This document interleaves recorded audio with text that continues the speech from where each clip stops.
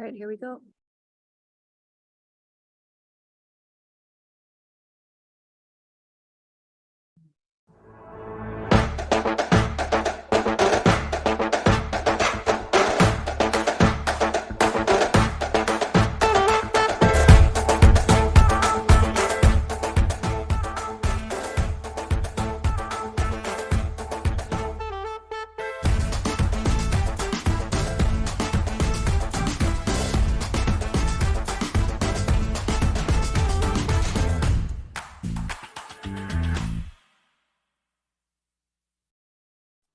Hello, everyone, and welcome back to another episode of TechRise. As you can see, today we are joined by a very special sponsor and guest, with some team over at Boeing. And today's competition is focused on AI and cybersecurity. So it's an exciting competition. You might remember that last year, our winner for the competition, we're gonna have you go on, yeah, perfect, thanks, was Christine, Dr. Christine, who is in cybersecurity. So we're thrilled to have her back as a guest speaker. Nice to see you, Christine. And then we also just want to go over, just remind you what TechRise is all about. So if you are new to TechRise, I am Desiree Vargas Wrigley, and I am our Executive Director and Chief Innovation Officer over at P33, also two-time Latina founder here in Chicago. And TechRise was launched in partnership with Verizon and P33 to help support our city's BIPOC and women identifying founders, all the way from idea stage to exit. And specifically, we do that through these weekly pitch competitions where we deploy somewhere between $25,000 and $50,000 each week to help founders go from MVP or idea, or maybe test out some of their customer acquisition costs, all sorts of things for experimentation and getting started. And then we support them with wraparound services, workshops, introductions to investors. And we've been going for about 15 months so far. And we've deployed about $1.4 million into founders, so businesses, all non-dilutive, which is great for them. And they've gone on to raise an additional $29 million, so 20x the amount of money that we put in so far. So we're thrilled to have the continued support of wonderful organizations and companies like Boeing to continue to do this work. And so with that, I'm going to invite our judges onto the stage, and so you can get to know them. First, we have Josh Furstoss. He is CEO and founder at Incued and Executive Director at Founders Network Chicago. Josh is a founder, venture partner, startup accelerator, mentor, startup community leader, and strategic advisor who has enabled over a dozen go-to-market strategies for B2B and B2G technology companies. He's currently focused on building Incued, next generation investor relations CRM for the incubator, accelerator, and early stage venture market. Josh, so great to have you, and thanks for being such an important part of our ecosystem. Thanks, Desiree. Really appreciate it. And next we have Candice Smith, Director of Enterprise Engineering at Boeing. Candice began her career at Boeing as a co-op student, joining full-time as an integration engineer for Boeing Defense, Space, and Security, which is acronym BDS, if anyone else knows about it, in St. Louis, Missouri. Since that time, she has held roles of increasing responsibility, such as systems engineer, architect on the Future Combat Systems program, and systems engineer in Boeing Research and Technology Support Services, investigating asset visibility technologies and DoD. Nice to have you, Candice. I'm amped to be here. Thank you for having me. And then our next judge is also from Boeing. We have Denise McKinney, Director of Strategic and Corporate Development. Great to have you, Denise. In this role, Denise provides leadership and support for enterprise-wide global merger and acquisition activities, including acquisition, divestitures, equity investments, and joint ventures. Hopefully one of your future acquisitions is going to be here today. She supports the broader strategic, probably not quite ready yet, but soon, right? Strategic initiatives as needed, and has oversight of the company's merger and acquisition leadership team. And then our final judge is Michael Parker. He's investor at Insight Partners. Michael focuses on software and biotech companies from seed and Series A onwards. And having studied finance at Auburn and Vanderbilt, he enjoys talking to founders, building important enterprise tools for and those who have huge visions. So Michael, great to have you. Thanks for being here. Thanks for having me. And so great, with all of these wonderful judges, that means we're going to get even better questions, or more questions, I should say, more and better questions. That means the founders, you will have 4 minutes to do your pitches, and then you'll have 4 minutes of Q&A with these incredible judges. And so with that, I am going to bring on our first founder. We have Carl Evans joining us with Tercero Technologies. I'll let you know when we see your screen. All right. You look good to go. Okay, awesome. Hi, everyone. My name is Carl Evans. I'm founder of Tercero Technologies, which is an AI startup based in Chicago. As many of us know, there's an AI arms race between the US and world powers such as Russia and China. And as a result of that, the US Department of Defense will invest billions of dollars in research and development in AI smart sensors and also autonomous vehicles. And there's a concept called JADC2, Joint All-Domain Command and Control, which has a network of connected platforms and then also small ground vehicles and unattended sensors. And these will introduce new capabilities, particularly AI introduced to the battlefield. However, battery-powered systems, which typically or today mostly use GPUs, will require efficient size, weight, and power constraints. So at Tercero Technologies, what we're doing is we're developing AI tools that will automatically convert machine learning models to efficient FPGA hardware designs. FPGAs are reprogrammable chips. It's basically a blank slate that allows you to configure the chip to execute algorithms. However, it's a process that typically takes weeks or months in order to do. And at Tercero, our technology allows you to target those devices in a matter of hours or days. Why FPGAs? So they're better with size, weight, and power, better with latency and also deterministic latency.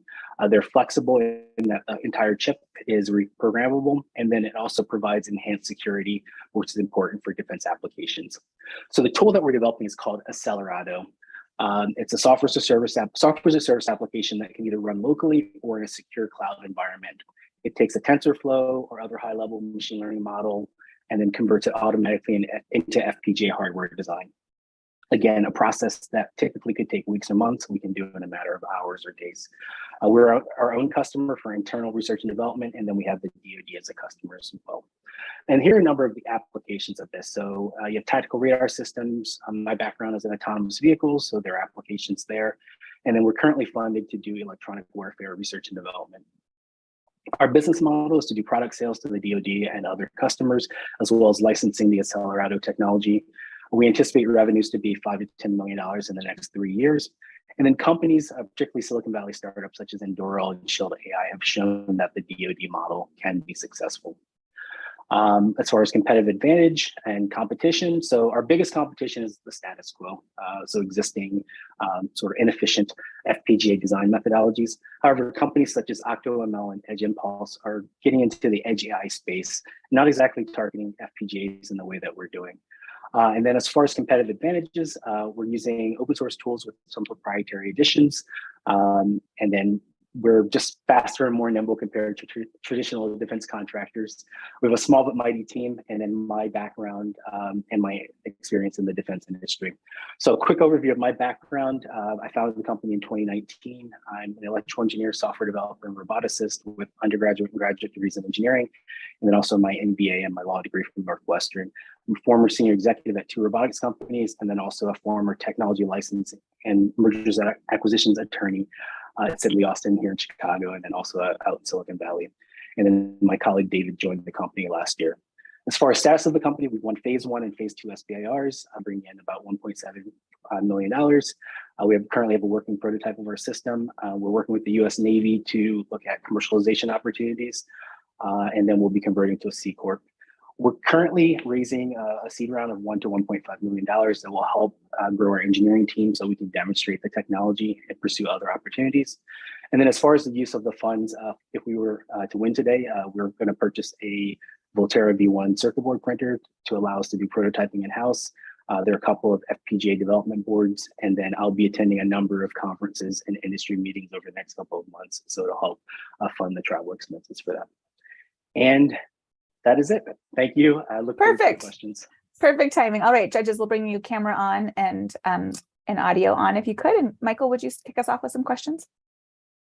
Yeah, so Carl, I thought it was a really cool presentation. Would love to kind of touch on how you're translating the machine learning model to the FPGA. From what I understand right now, in the companies I've talked to, ML models are usually entirely software. And from what I know about FPGAs, which is very limited, they're hardware and semiconductors. So would love to talk about that, I guess, like translation process that might have a quick follow-up from there. Sure. And it's a great question. And that's exactly what we're focused on there. So to your point, machine learning models are typically run in software and they run on CPUs and GPUs. So what we're able to do is we're using open source tools with, again, proprietary additions that will take those models, convert them into C++ code that we can then add certain compiler directives to. So we're using Xilinx development tools. Xilinx is the biggest FPGA manufacturer. We're adding automatic optimizations to the C++ code, automatically changing the code so it will compile for the Xilinx hardware, and then automatically invoking the Xilinx tools, which will take the modified C++ code and generate the FPGA hardware designs. So it's a process that requires specialized engineering talent. And when I launched the company, I really wanted, 3 years ago, I saw that the industry was moving towards edge artificial intelligence, and it's been pretty cool to see that happen. But I knew that the barrier to entry for using FPGAs was just that process and needing specialized engineering talent.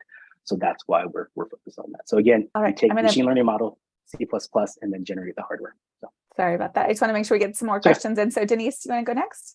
Yeah, Carl, can you talk a little bit about how you're developing your relationship with the potential customer? Yes. So on the DoD side, we currently have a contract with the U.S. Marine Corps and sort of building that relationship. And then based upon the good work that we're doing, we're getting introductions to other partners within the DoD, but also sort of going out and meeting other potential customers. So I was at 2 conferences last month. I'll be heading to DC next week, and then also to Dayton at the end of the month, and just meeting potential customers. We met one defense contractor who said if our technology works, then it's a game changer. We just signed an NDA. We'll be doing demonstrations with them. So it's really me getting out there and demonstrating the technology and meeting other customers and letting them know that FPGAs, we're going to make FPGAs easier to work with. Candice. Oh, you're muted, I think. Josh, you want to hop in? I apologize. Oh, okay. I apologize for that. Can you account for the integration of the warfighter as a system? When I hear you talk about the DoD, I know there's a specific appetite for that. I think you talk more about platform systems. What about the integration of the soldier as a system?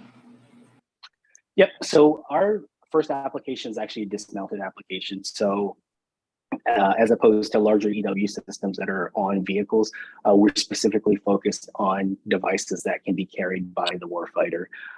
So that's our initial focus. We'll be doing some initial tests with warfighters next year at the end of our phase 2 base period. And the idea is to make the device as small and light as possible, because as you know, weight is incredibly important when you have a system on your back.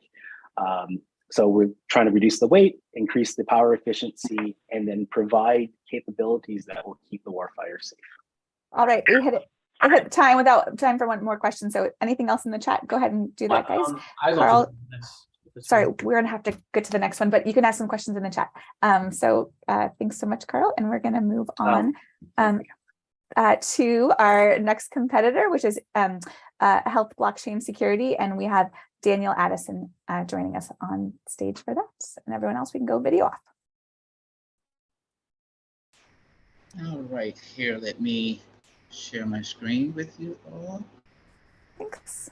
And then Josh, if we could get your video off and we'll have him share screen. Perfect. And started. So everybody see my screen? We can. Awesome. Yeah, so I am Daniel Addison. I am the CEO of Health Blockchain Security Services. Basically, we are a pre-seed Web 3.0 security as a service company. Our primary objective here is to help B2B businesses who are interested in adopting the blockchain technology to securely streamline their business operations process, whether it be regional or geographical, using the technology. So, but you may, for those of you who know what blockchain technology, or you may be thinking, isn't blockchain technology an immutable record-keeping technology? Yes, it is. However, still on the technology, people are losing money.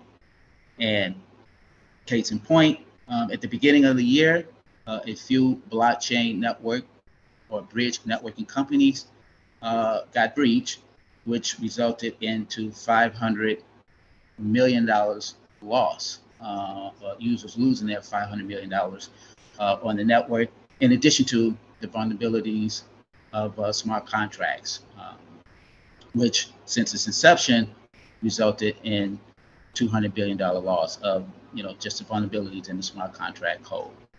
So what's the solution, or what's our solution as HCISS? Well, we developed what we call a chain link decentralized Oracle node network.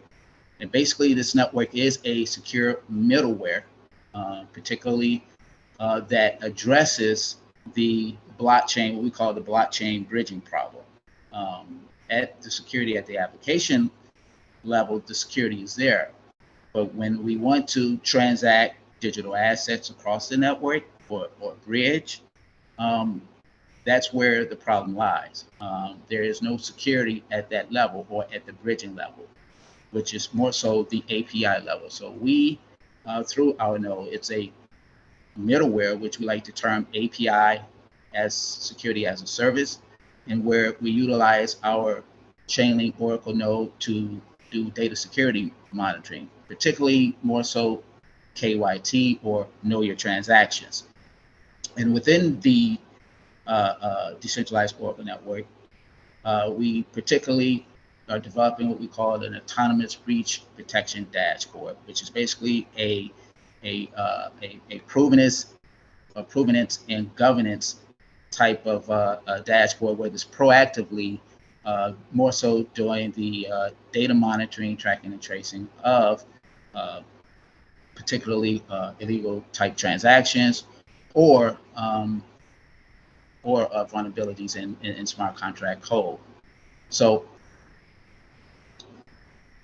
what's our competitive advantage? Our competitive advantage, more so we focus on the level of the API, that bridging or that middleware, in comparison to our competitors, where the security is more so within the application itself on the network. So we're focusing on the security at the API level. So our investment opportunity in our market, the total addressable market is around $6.2 billion. Our service addressable market is $345.4 million. And what we can obtain out of this huge market is the $18.5 million with our services. A roadmap here. Again, we're at the level where we're at the prototype level. Daniel, I'm sorry, we're going to have to cover this in the Q&A. So yep. We're at the 4 minutes. So yep. Judges, if you want to come back on, and Josh, we're going to have you kick off questions. Of course. So making sure I understand everything. So are you connecting to, say, like the healthcare ERP system to provide data security? So particularly when we mention health, we're more so mean cyber hygiene, being that we are a security as a service company. But when we're talking about, we're more so utilizing the bridge network, our middle node network, more so for like healthcare organizations, or like, like you mentioned, EHRs or insurance claims and et cetera, wanting to put that on a ledger for tracking and tracing. That security piece is what we provide when they're needing to, cross bridge or across different type of blockchain networks. That API security services is what we provide at that level. So we could service healthcare organizations too as well. Two really, really quick ones. So what blockchain is this on? What is the actual fees associated with that for doing it on blockchain? And then the final thing is just who is doing this currently? Well, we've developed our Chainlink. It's a Chainlink Oracle network, right? It's basically just bringing off-chain data or bringing, traditional method data, bringing that on chain with the blockchain, and in that process, utilizing the Chainlink node adapters. But these Chainlink node adapters are secure node adapters, and where we kind of specialize in those protocols at that level, at that API level. And all right, I'm going to go we kind of do the data security monitoring. I just want to make sure we get through questions. So I'm going to bring Michael on to ask a question. Yep. Real quick, Daniel, could you walk through the use of funds and kind of plans for the 25K if you were to win the event today? Yeah, absolutely. Yeah, thank you, Michael. Yeah, so the use of funds is particularly where we kind of lacking at in areas of marketing, expanding ourselves where we needing to expand more as relates to marketing. Further looking into bringing in more people on the team to expand the business and to further develop certain projects that we have, use case projects that we are currently working on. Great. Denise. Yeah, can you speak a little bit more about just the genesis of this idea? So does this come from your team and yourself in terms of identifying the need, or how have you involved industry experts to kind of hone exactly what's driving this particular business model that you're presenting? Absolutely. Thank you, Denise. Great question. So we are currently, as the team, we're developing what we call our own HCISS community, or our sort of decentralized or DAO community. And so we are all in discussions, consist of blockchain developers, engineers, security professionals, and et cetera, that's up to date on the latest of the technology, blockchain technology, and thereafter. And just research as well, reading bulletins and et cetera, updating on as far as issues relating to the technology, where it's heading. Candice. Hi, thank you. Can you talk a little bit about the use of drone technology? I saw that as part of the concept. Can you just expand on that a little bit? Yeah, absolutely. Yeah. So, absolutely. So in with the geo mapping of drones, right? Putting that on the ledger, that is in early phase discussions. And as it relates to drones, the geolocation and mapping so that they don't, crash into one another and et cetera. The idea of putting that for better security purposes and tracking and making sure these drones stay within their geospatial area in a sense. So that's a use case that we have. Okay, I gotta cut us off now. You did a great job, Daniel. Thanks so much. Thank you. Thanks, judges. I'll have you go back off camera, and we're gonna invite Candice Speicher from Buoy on next. Thank you all. All right, I'm going to share my screen. All right. You look good to go. Awesome. Well, hello, everyone. I'm Candice Speicher, co-founder of Buoy Pricing. Buoy automatically prices and reports on vacation rentals. If you have a vacation rental property like Airbnb, you're what our industry calls a property manager. My husband and co-founder Tim was a revenue manager, someone who prices vacation rentals for property managers and their companies. These companies would hire him not just for pricing, but to manage all of their pricing related software. This would cost them around $5,500 per month. And even with the high spend, they would still call him at all hours with emergencies. Surveys show that dissatisfaction with our competition has tripled over the last 3 years, which is reflected in our experience. Here's a photo from St. Croix, where Tim was meeting my family for this first time. His client panicked after a concert was announced in their city, and they were worried that they weren't priced right. So he had to take time out of our day to check through each tool and report back to his clients. We were both really fed up with these emergencies, so we decided to build an accurate and automatic pricing and reporting solution. I'm an experienced designer, and I knew I could help visualize Tim's methodology. We first answered the question, how am I performing? By looking at the 30 to 50 listings most similar to yours and stacking you against them. We then answered the question, how should I price my listings? By surveying professional revenues in your manager to get an expert consensus in blue, and then we cross-reference this with hotel demand in purple. Buoy replaces what it used to take a revenue manager and 3 tools to do. We're the only platform to display all the information you need on a single timeline.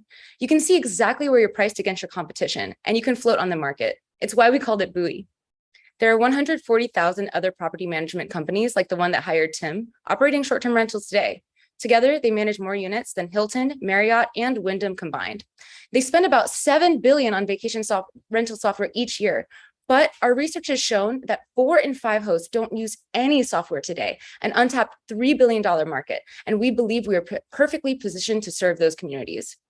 We launched our product while going through Tercero Chicago in 2021 and continue refining it with Google for Startups this year. We're gaining traction by converting superhost companies who use our competition. Detroit's top listing converted from using Beyond Pricing. The top Joshua Tree manager converted from Price Labs. The top manager in Honolulu replaced his AirDNA subscription with Buoy. We converted a motel chain from Wheelhouse. And a national campsite marketplace enrolled in Buoy because none of our competitors could price their unique listings. These are just some of the 4,500 listings that participated in our pilot and got Buoy to near profitability this year. Our hurdle lies in building new connections so we can access our users. But even so, Timmy has been teaching revenue management in large DEI and women-led groups across Facebook and LinkedIn because this industry doesn't cater to people who look like me.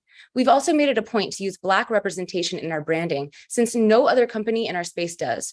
We're proud to say that this outreach has led to over 1,000 listings on our waitlist.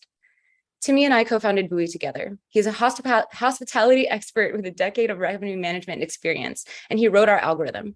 I designed our website, interface, and brand, and I hired our talented teams to build our product. On our roadmap, we want to use AI with Buoy so that we can help optimize our users' listings beyond just price.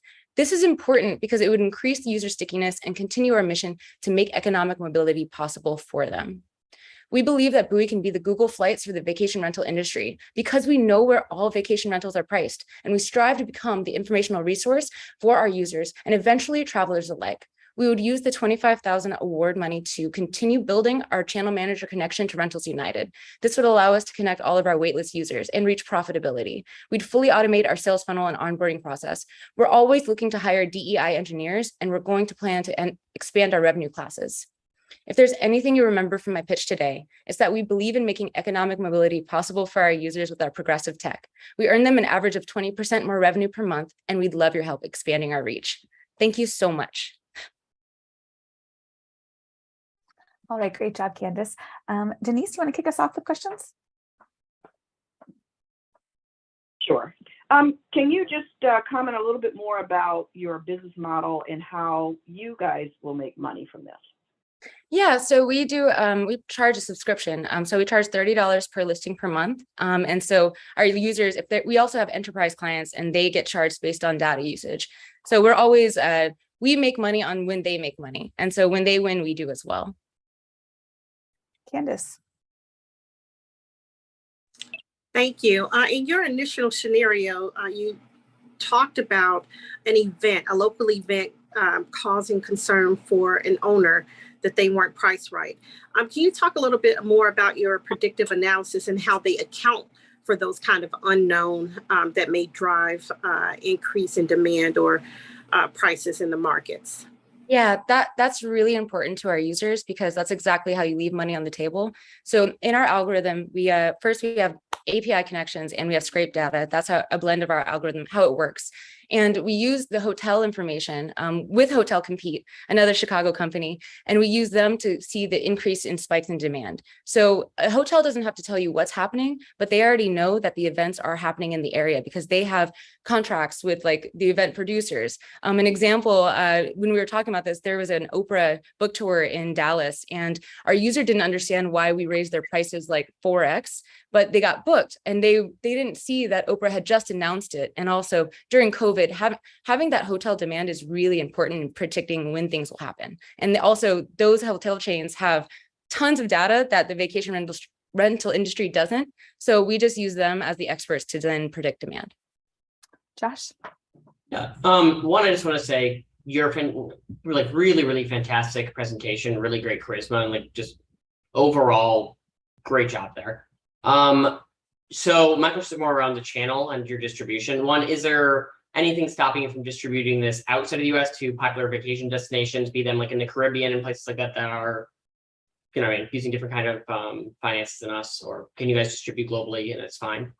Yeah, actually, it works for anywhere in the world right now. That's why we want to become the Google Flights for vacation rentals, because we know where everyone in the world currently is priced. We are not operating everywhere because we have to pay for that data. But once we get the data, like when we just open up those data networks, we can just price anywhere. So we have the capability of doing different currencies, and we've even priced homes in Cape Town, Mexico, and Canada. So different than just the US. Super quick on size in the market. So can you go anywhere from like an Airbnb to like a large holding company of hotel chain? Yeah, so that's where our enterprise clients are. Like some of our, I'm sorry? Can you do the super low end as well? Yes. So we work, honestly, product market fit is best for users with 0 to like 10 listings who really need help optimizing. And then also the huge enterprise clients with thousands, because they also have similar needs. They have too many units to like manage themselves. And the person just starting out has a lot of questions. So we're really good for those edge cases. Awesome. Great presentation. Michael, do you have a fast one? Yeah, just really quick. So with the Google Flights or vacation rental industry comment you've made, just want to clarify on my end, Google Flights is more of like the consumer end user to understand like pricing on different flights is really quickly, faster than any individual website. So do you plan to have that type of visibility for the consumer in addition to the revenue management for the properties? Absolutely. It's important because it's about building trust. And so we need that information for right now. Our initial users are people who are trying to build like economic mobility. They're trying to get out of debt and trying to have an asset make money for them. So they need to have a tool that tells them what an area can make before they like get into a place that they can't afford. We currently provide reporting for those people. And even if we can't help people price their units right now, that's why we're teaching revenue management so they can understand what an area can make. And we do want our Buoy.us to be sorry, I gotta stop you. I know we're just gonna take away from deliberation time, so I'm worried for the judges and us staying on time for the segment. So thank you so much, Candice. Great job. And next we're gonna bring Cyrus Walker with Data Defenders on, and everyone else can go video off.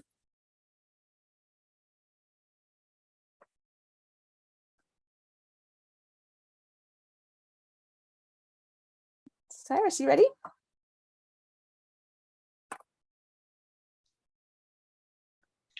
Yeah, I'm bringing up my okay. presentation now. Sorry about that. No worries.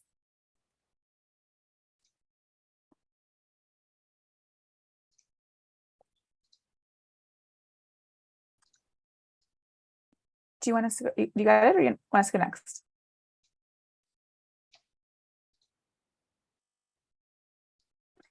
Okay, while you're figuring that out, actually, you got it? Yep. Okay, let's go. Sorry about that. So thank you everyone for this time. Cyrus Walker, founding and managing principal of Data Defenders. We're in the business of helping public and private sector organizations address the challenge. To cut off. We can't see your slides. Oh.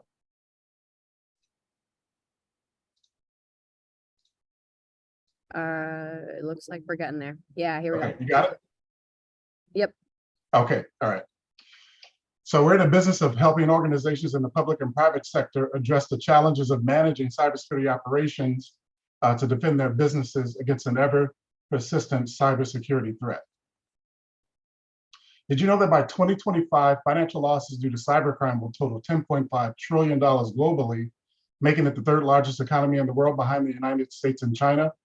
The problem is that organizations remain vulnerable to cybercrime due to mismanaged cybersecurity operations.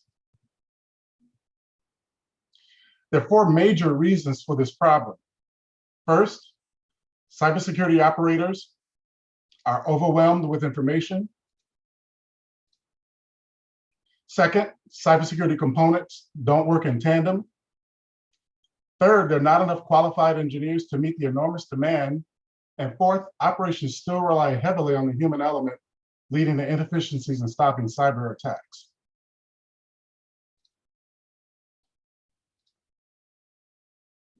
The solution we created is Data Show Analytics, which provides a contextualized 360-degree real-time view of cybersecurity, enabling the necessary efficiencies in managing cybersecurity operations. Data Show Analytics works by aggregating, correlating, and contextualizing information to define the context required by the security operator to focus on identifying and preventing potential security breaches. By integrating infrastructure command and control capabilities with security context, we provide the operator with a single vantage point to manage the security environment and reduce reliance on multiple skill sets. The target market for our solution includes municipalities, small and mid-sized businesses below 250 million in revenue.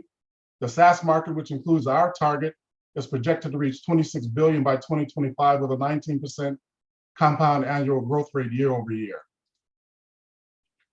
Our go-to-market strategy focuses on establishing partnerships with key hub municipalities that have a home rule designation.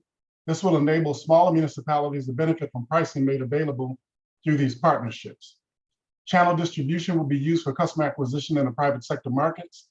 And to date, we've closed 5 million in service contracts and are expected to close 7 million in contracts in the next 6 to 8 months.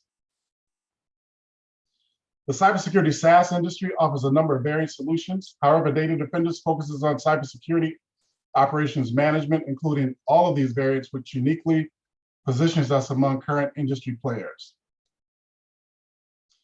Data show analytics development will occur in 3 phases. MVP phase 1 is already complete. Phase 2 is 50% complete, and we're projecting completion by first quarter 2023. Phase 3 is projected for completion by fourth quarter 2023. Our projected revenue, collectively, our leadership team has over 200 years of cybersecurity and software development experience. Our nearly 200 years of experience enables us to understand the need for solutions to address why organizations continue to remain vulnerable to persistent cyber threats. We believe that cybersecurity is vitally important because it enables the quality of life by protecting the systems that control how we live day to day. The public and private sectors can now actively defend their data and technology by enabling security operators to comprehensively manage cybersecurity operations. The money saved from the projected $10.5 trillion loss can then potentially be used to advance the quality of life around us. Thank you for your time. Great, thanks, Cyrus. We can go ahead and go off of sharing screen, and we're going to bring the judges on. And Candice, we'll start with you today. Right now, I mean. Thank you so much. What a fascinating concepts. As cities move toward kind of this Internet of Things model or framework, can you talk a little bit about how this concept could be integrated in the cloud-based and non-cloud-based, as you know, local governments tend to be these days? I know they're shifting toward more cloud-based, but that hasn't been widely adopted. Can you talk a little bit more about how this would help enable that Internet of Things security? Absolutely. Well, most technology infrastructures today are made up of many, many, many moving parts, and adding the Internet of Things component to that will even exacerbate the challenges that they're dealing with today in protecting their data and their systems. And so our particular solution will help in providing both an operations framework and the wraparound services to ensure that they can control the access to these Internet of Things, which of course are going to be in the public domain. So it'll provide a risk management solution for the Internet of Things layer of technology in their environment. Gosh. Yeah, we actually talked to Cyrus and did a showcase of his company just a little bit ago. So love the company, love what you're doing. As you're moving from a managed service provider to a technology distributor, how do you think you're going to handle the corporate governance changes and just how you're going to bring in all those folks and kind of change what you're doing existing? Because it kind of is a shift overall. Yeah, it's going to require a mind shift for sure. But if you heard in the news of the last couple of days, Uber suffered a severe cyber attack. And that's mainly because their operations are not where they need to be in order to manage the ever persistent threat against their environment. And so the shift has to start at the governance layer to understand, one, the challenges that they're dealing with and being able to find qualified people to manage their environment, and two, the understanding the challenge in having these extensive teams that just are not getting the job done. So our solution will help to mitigate the reliance on the skill set, the level of staff, and the technology management component. All right, Michael. Could you touch on the business model quickly of the company?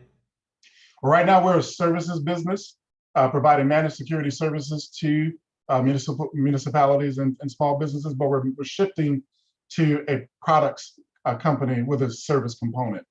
And we're leading with the SaaS model.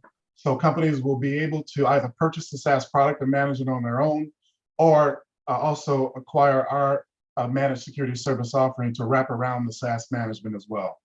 Currently, we do offer the product as a part of our managed security service offering. So our customers are using our MVP phase 1 in the delivery of managed services in their environment, but we're looking to offer the product. We're looking to offer it as a SaaS product. So if a company doesn't want our managed services resources, they can manage it on their own. All right. So Denise, we'll start with you on the next one, but Cyrus, great job. Thank you all. And we're going to now welcome our last competitor to the stage. We have Michael Diarra from C-Thru-AI. And the rest of us can go video off. Right, Michael, I'll let you know when I can see your screen. Good to go. Thank you very much. My name is Michael Diarra. I'm the CEO of C-Thru-AI. And at C-Thru-AI, we make AI compliance easy. Why are we talking about AI compliance today? We're talking about AI compliance because AI fairness is a growing issue. AI fairness is a growing issue because AI is becoming more and more ubiquitous. A good sector to experience that ubiquity is the financial services sector. We all may have interacted with AI and machine learning when we went to apply for a credit card, a student loan, or a mortgage. When the financial institution makes the decision to issue credit to us or not, more and more that decision is made by a machine learning model. When the machine gets it wrong, lives are impacted. Somebody may be denied a mortgage, deny a student loan to go to college, deny a car loan. Regulators have taken notice, and in jurisdictions like the European Union, regulators are crafting AI-specific regulations that is going to target this problem. And the fine associated with non-compliance are going to be even greater than what we have experienced with GDPR. Here in the US, both at the federal and state level, not only regulators are working on crafting specific regulation for AI and machine learning, but they are also using existing regulation to enforce AI fairness. At C-Thru-AI, we're building a software as a service application that is going to help companies comply with this myriad of regulation. Because we are regulation experts, we're able to decipher reams and reams of regulatory requirements and translate those with our processing engine into simple, easy to understand instruction for developers. And because we are also machine learning and AI experts, we are able to decompose the AI and machine learning operation process into specific steps that can be mapped to those regulatory requirements. How does this work? Because we know that the AI developers are not legal experts. As they go through the development of their AI and machine learning model, our C-Thru-AI solution ride alongside the developer and present to the developer at every single step, not only what they need to do to comply with the law, but also how to document it. That documentation piece is very important because our reporting engine can now come and collect all that documentation and develop a regulator-specific report that the organization can use to demonstrate compliance to the regulator. The result is speed to market because developers don't have to struggle through deciphering regulation. Mitigated fine because at the end we have a compliant machine learning model. And more importantly, less business disruption because under the regulation that is being developed, when a company is found to not be in compliance, the product can be pulled from the market. We have assembled one of the best teams to address this problem and develop the solution. We are a team composed of both regulation experts and machine learning and AI experts. We are also supported by a strong team of advisors. We are operating into a $40 billion market, and just our beachhead market, which is focused on financial services, represented $2.1 billion opportunity. Our go-to-market strategy is going to leverage not only our network and our partnerships. We'll have to cover the rest of it in the Q&A. So judges, do you want to come on? And you can, Michael, if you want to stop sharing screen, that would be great. And Denise, we'd love to have you start the questions. There we go. Sure. Hey, this is a super interesting area. I actually was watching a documentary series on this exact topic. It's fascinating. I'm curious, you're leading with incorporating regulations into the AI. Is there a way that you are thinking through this in a more circular manner where you can kind of holistically identify bias in the system and then feed that learning to government officials so that they can actually enact regulations? It's kind of circular. Just curious as to how that part of your thinking might play in. Thank you. The AI is an evolving area, so do regulation as well. So as companies identify issues with our machine learning model, it's natural that that will feed the regulatory process as well, right? So in terms of our solution is to be ahead of a problem by understanding what the regulatory requirements are and helping company comply with that regulatory requirement. But as company get examined and they get potentially fined non-compliant, that may influence the regulation, which will also feed into our model to help company comply with those violations that occur in the marketplace. Candice, you want to go next? Hey, thank you so much. I like the notion of being ahead of the problem to help the company comply with the current regulations. What incentivizes a company to use your service to do this? Is there a requirement before they launch any AI-based tool on a broader scale? Is there a requirement for them to check compliance before they are audited and issues are found?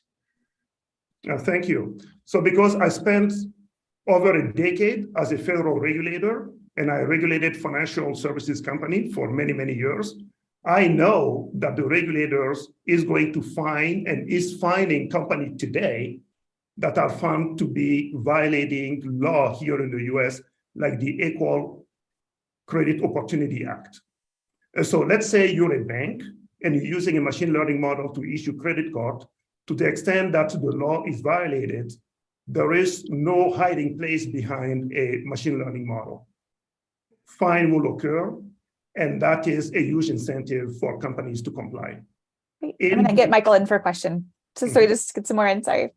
So this might not be the best one-to-one comparison, but kind of building off of Candice's question, what sets you apart and what is like the differentiation of your tool to compete with in-house teams that might be trying to accomplish these goals? Thank you.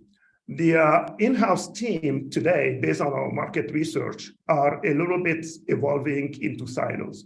So in many companies, what you will find, and I know so because I've been a regulator for many, many years, you have compliance specialists that are very versed in regulation and know little about the complex machine learning process. And you have data scientists that are very versed in data science, but know very little about regulation. So our tool bridged that gap because we're able to translate complex regulation into simple steps that are understandable by the machine learning developer. Okay, I have to keep it fair. So we are at time. I gave everyone the equal amount of overage today. So sorry about that, Michael. If Josh, if you have any questions for him, please throw it in the chat. But we are going to say goodbye to our judges now as they go and do the very difficult job of deciding who's going to win $25,000 today from Boeing. So we'll see you guys back in a little bit. And while you're out, we're going to welcome our good friend and TechRise finale winner last year, Dr. Christine Izuakor, to the stage. Hello. Hello, how are you? Good. How are you? Great. I just want so people have some context in case they haven't seen you before, which at this point, I don't know how that's possible, but she's the CEO of Cyber Pop-Up, an on-demand cybersecurity service platform powered by vetted and highly skilled cybersecurity freelancers. She has over a decade of experience leading cybersecurity functions with Fortune 100 companies and recently played a critical part in embedding cybersecurity in large enterprise DNA by training the global workforce on cybersecurity, supporting the execution of organizations' security strategy and developing cyber talent pipelines. So thanks so much for being back on and telling your story. I mean, I know I just got to give the high level, all the accomplishments, generally, but I think it'd be amazing if you could share your journey into cybersecurity, because I don't believe that there are a lot of Black women PhDs in your industry. I might be wrong. Oh my gosh, thank you for the intro. I definitely appreciate it. And I'm so honored and excited to be back here. You all are my family and I absolutely love and adore you all. So yeah, how I got into cybersecurity, gosh, it was a journey for sure. So I don't know how many people know this, but I actually started out trying to be an eye doctor. Because in my family, I grew up with two Nigerian parents who believed that success meant being a doctor or a nurse or something in between. And so I started out trying to do that, failed very badly at it, which led me to really challenge myself and figure out what I wanted to do with my life. And so I started exploring different things, came across the cybersecurity space, absolutely became obsessed and fell in love with it. And so, yeah, fast forward, I ended up studying that in school. I ended up building my career route in the space, and it's just such a fast-paced, continuously evolving area that I just remain more and more obsessed with. Well, I'm sure they're pretty proud that you still have that doctor in front of your name. I was gonna do it somehow. Yeah, I'm hoping for my honorary one someday. Just kidding, not the same at all. I understand that. But I know that you built big teams and strong teams at companies like United and it a big employer here in Chicago, and clearly that was part of the journey and the impetus for Cyber Pop-Up. So can you just share a little bit about the transition from academia to Fortune 100 to saying, okay, I can do this too? Yeah. Again, it's been a journey. I feel like my career in the beginning was, just super helpful in getting me deep insight into the cybersecurity space and getting me exposure to all of the different challenges that remain unsolved. I think pairing that sort of professional experience with my academic experience, because I was a little bit crazy and did my PhD full-time while working full-time to get the hands-on kind of, let me soak this cybersecurity insight in as much as possible. And so yeah, I think doing those two things together just gave me so much exposure to different challenges. And through that, I came up with so many ideas. It's like I see these problems and it'd be like, man, like I have ideas that can solve this. And I still remember the vivid moment when I was still in my last job. I went to a conference. This idea of Cyber Pop-Up was sort of bubbling in the back of my mind because I was already doing freelance cybersecurity projects for nonprofits that were getting attacked. And so I had this model brewing, but I went to this conference and every single talk that I went to, they were talking about challenges that Cyber Pop-Up would solve. And so that was kind of like the aha moment of like, okay, the time is now. And like, it became painful to not pursue this. That's the best way to describe it. And so yeah, it made it a very easy transition at that point, coupled with the fact that two other quick things. One, I love good discomfort. And I feel like I was getting at a point in my career where I had spent, 10 years kind of building in the corporate space and all of that. And I knew that entrepreneurship was something that I had a little bit of exposure to. I started my first business in second grade. And so like, I've loved this stuff forever, but it was getting me back into that uncomfortable space for sure. And then I'm also just thinking about the bigger picture and the fact that there's so many ways that I want to be able to support my family and do all of the, and so all of those things just came together and it became like, okay, this is the moment, like I want to do this. It's going to be impactful for both my life and for all of these companies who need better security. Yeah. Well, something that you and I share in our journey, when I was waiting tables, so I was not working at a big corporate job, but we have such like the lean startup and all of this kind of just messaging around quit your day job so that you can go full-time into your startup. But I think, you are a great testament to the fact that you can be kind of learning and simultaneously building and just affirming the core value proposition. And so one of the things I hope more founders take away from your story is the fact that you don't just have to quit overnight. You can, keep doing the work that then helps you get the confidence to go do the thing. And when you wake up every day being like, this has to exist, then one day you do have to take the leap and just do it. But like, how powerful for you. And then also I just feel like the universe gives you more opportunities to be like, yes, this is right. Like your conference. So completely. So you won on TechRise, the finale last year, which was $100,000 prize, but you won another like $100,000 prize right before, and then you closed a round of funding really soon after. And so just curious if you can share some of like the main milestones that you've been able to achieve with some of the capital now that you didn't have access to, while you were first getting started. Yeah, for sure. Thank you. And that was such an exciting time. Like it's still an exciting time, but just like the momentum and the ramp up is always really exciting. And so I actually miss pitching quite a bit, but we're in a phase where we're now like taking all of the capital and all of the support and now doing great things with it. So yeah, it's like we started out, I still remember like just trying to find cheap ways to like to test things out and put red tape together on products and all of that. And so it's like now that we have the capital and resources, we're able to build out our own proprietary product and build something that is scalable. And so I've grown my team quite a bit and done some hiring. We're building that product. We're almost at the finish line on that. We're starting to bring folks into the system, and quite honestly, it's inspiring and heartwarming to both see this come to fruition, but to hear from customers, to hear from like the difference that they're experiencing. And a term that we hear a lot is peace of mind. Right. And I know there have been a couple of both amazing AI companies as well as cybersecurity companies here, and all solving very important challenges. But I think that that peace of mind and just knowing how to get their hands around such a challenging topic is at the forefront. And so yeah, it's just exciting to see all of this stuff come to fruition and really see the impact that we're having on customers. And so what I'm looking forward to in the near future is us shifting. It's kind of like a roller coaster of waves, right? It's like you have all this momentum and raise capital and do all of that, and then you get into like building. And my mentor uses a phrase: sometimes you have to slow down to speed up. And I feel like that's exactly what it is. So it's like slowing down and building and listening very intentionally to the users that we have and taking that feedback and doing fast iterations. And then I'm excited to just like ramp back up into operations and go from there. So yeah, it's a very exciting time.